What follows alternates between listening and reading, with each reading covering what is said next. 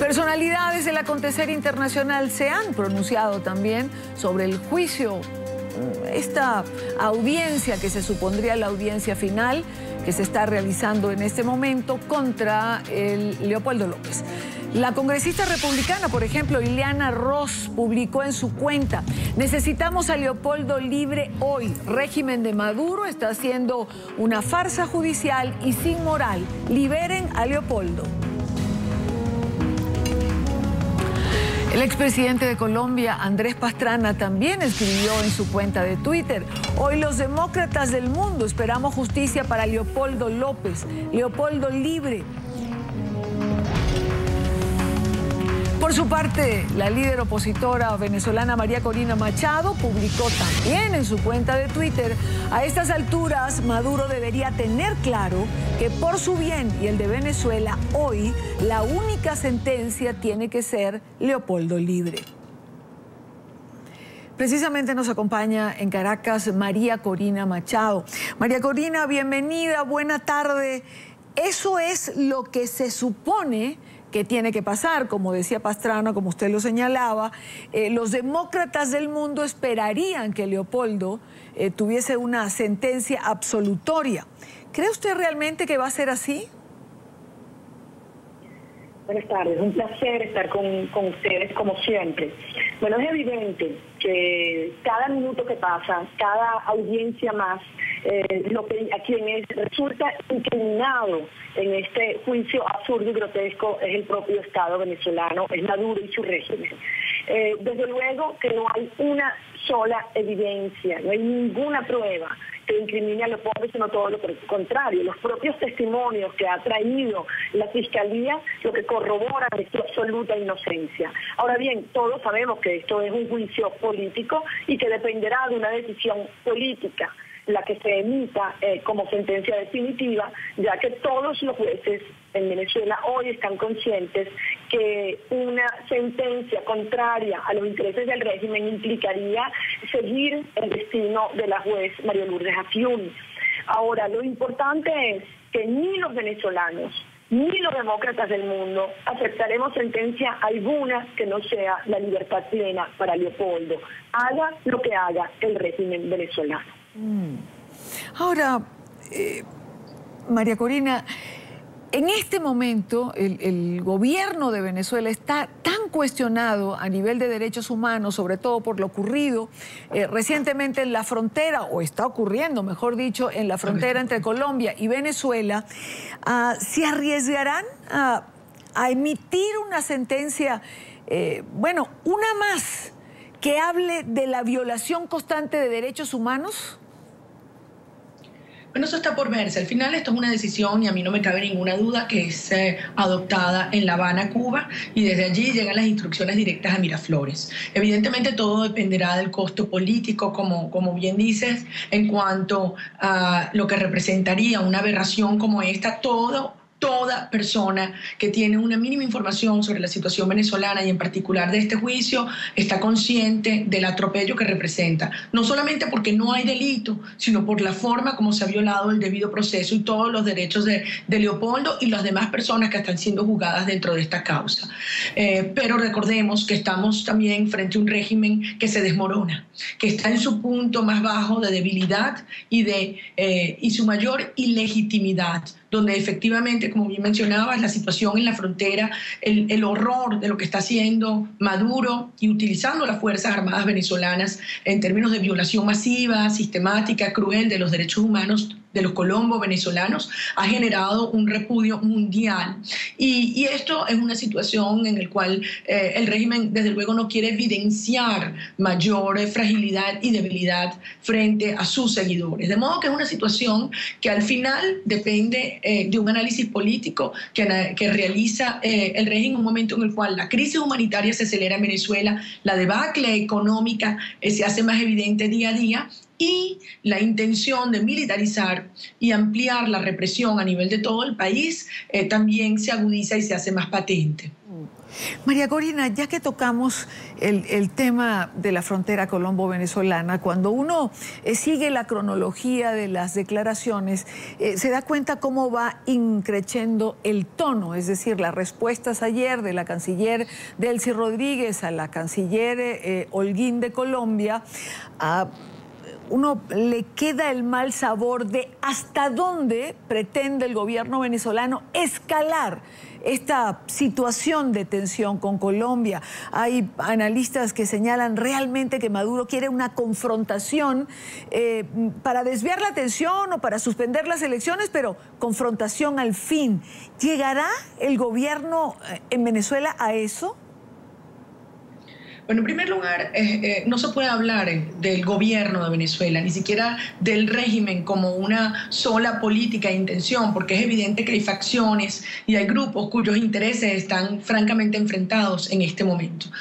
Pero lo que es la inconsistencia y la incoherencia de la señora Delcy Rodríguez emitiendo estas opiniones tan ofensivas y desconsideradas, y por otra parte el señor Maduro diciendo que está más que dispuesto a un encuentro y un acuerdo por vía diplomática o bilateral con el presidente Santos, francamente lo que crea es una disonancia y una confusión a todos quienes no conozcan la forma como opera el régimen venezolano. Lo que sí está claro es que el gobierno del presidente Santos ha decidido firmemente defender, como es su derecho, a sus connacionales y a elevar firmemente la voz a las instancias internacionales que tienen competencia en la materia, que es lo que debe hacer cualquier gobierno responsable cuando siente que hay una violación a los derechos humanos a sus ciudadanos. Lo que nos preguntamos los venezolanos es quién defiende nuestros derechos, porque recientemente la canciller Holguín decía que se sentía sola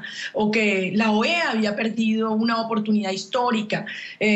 Los venezolanos no pudimos dejar de recordar lo que fue el 21 de marzo del año 2014, cuando también Colombia nos dejó solos y cuando la OEA, desde luego, perdió la oportunidad histórica de demostrar que frente a las violaciones a los derechos humanos masivos, sistemáticos, visibles del régimen de Maduro, pues nos dieron la espalda. Ahora ha habido un cambio y eso hay que reconocerlo. Si bien Colombia no logró el número de votos que necesitaba de respaldo en la OEA para una reunión de cancilleres, es evidente que Maduro ha perdido todo respaldo del Caribe, de Centroamérica y de muchos aliados tradicionales, y lo que le ha quedado es estrictamente el respaldo de aquellos países del ALBA que se amparan también en modelos que desde luego no son democráticos y no le dan las garantías a los derechos humanos a sus propios ciudadanos. Usted le envió una carta el día de ayer a la presidenta Dilma Rousseff de Brasil. Una carta donde se plantean varias de estas situaciones, lo que ha pasado en la frontera, el deterioro económico, social, político de Venezuela, lo ocurrido en la OEA. En primer lugar, ¿por qué a Dilma Rousseff?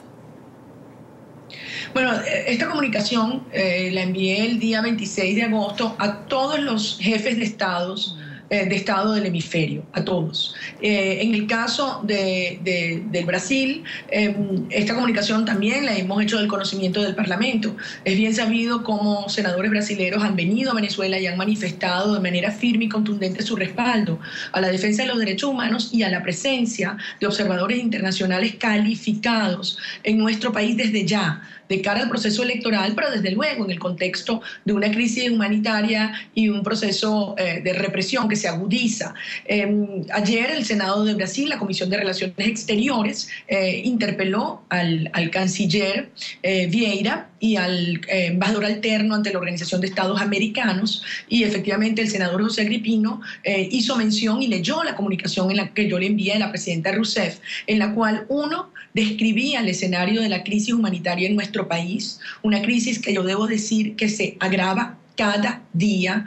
Acabo de llegar del Oriente, estuve 3 días recorriendo el estado Sucre y la zona de Paria, de las más pobres de Venezuela, y realmente es alarmante la situación que allí se está viviendo. La gente tiene que recorrer hasta 6 horas de trayectoria en vía, en ruta terrestre, para a su vez después hacer 4, 5 y 6 horas de colas para comprar 2 kilos de arroz. Los hospitales, los ambulatorios están en ruinas. Se nos están muriendo los bebés recién nacidos que no pueden ser atendidos. Las madres no se le pueden practicar cesáreas. No hay vacunas, no hay leche. Es una situación dantesca lo que se está viviendo en Venezuela, en particular en esta zona del país. Esto yo lo describía en esta comunicación a la presidenta Rousseff.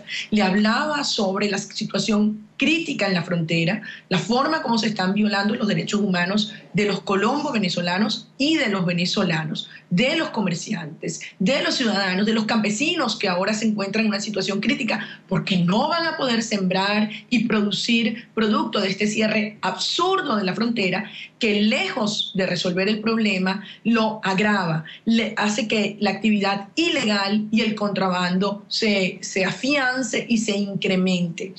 Y finalmente le insistía a la presidenta Dilma Rousseff en la imperiosa necesidad que todos los gobiernos democráticos del hemisferio hagan entender a Maduro y su régimen que es indispensable la presencia inmediata de observadores internacionales calificados de la Organización de Estados Americanos, de la Unión Europea en Venezuela. Y ya no solamente para abordar temas de técnica electoral, estrictamente hablando, sino también para preservar la vigencia de las prácticas democráticas y la Carta Democrática Interamericana en nuestro país. Ahora, cuando usted dice presencia de observadores calificados, Maduro ha hablado de instaurar una comisión de la verdad a nivel suramericano para que compruebe la situación de la frontera. ¿Esto no serían observadores calificados si se hace, él lo está planteando dentro del marco de la UNASUR? ¿Te refieres a UNASUR? Es que no entendí, se me cortó la comunicación en este momento. Sí, ¿te refieres a UNASUR? Sí, él ha planteado instaurar una comisión de la verdad que vaya a la frontera, que diga lo que está pasando, y entendemos que dentro del marco de UNASUR. ¿Eso no serían observadores calificados? Bueno, cuando se busca un mediador, una presencia extranjera, tiene que ser desde luego una instancia que genere confianza a todas las partes. Con relación a UNASUR y Venezuela, nosotros todavía estamos esperando la Comisión de la Verdad que UNASUR se comprometió a enviar a Venezuela el 19 de abril del año 2013 en Lima. Esa es la Comisión de la Verdad que aún los venezolanos estamos esperando ante el fraude electoral que ocurrió el 14 de abril. Y con relación a los colombianos, yo quiero preguntarle a nuestros hermanos colombianos si UNASUR y su actual presidente representa una instancia confiable a los intereses de Colombia. Así que en este caso el problema con UNASUR no es que tenga confiabilidad de una u otra parte, es que no tiene confianza ni es vista como un referente confiable por ninguno de los dos pueblos, ni los colombianos ni los venezolanos, dado el precedente de su comportamiento en los últimos años en el caso de Venezuela y acelerado en los últimos días en el caso de Colombia. Quiero darle las gracias a María Corina Machado por estar con nosotros en vivo y directo desde Caracas. María Corina, buena tarde. Muchísimas gracias a ustedes. Un abrazo.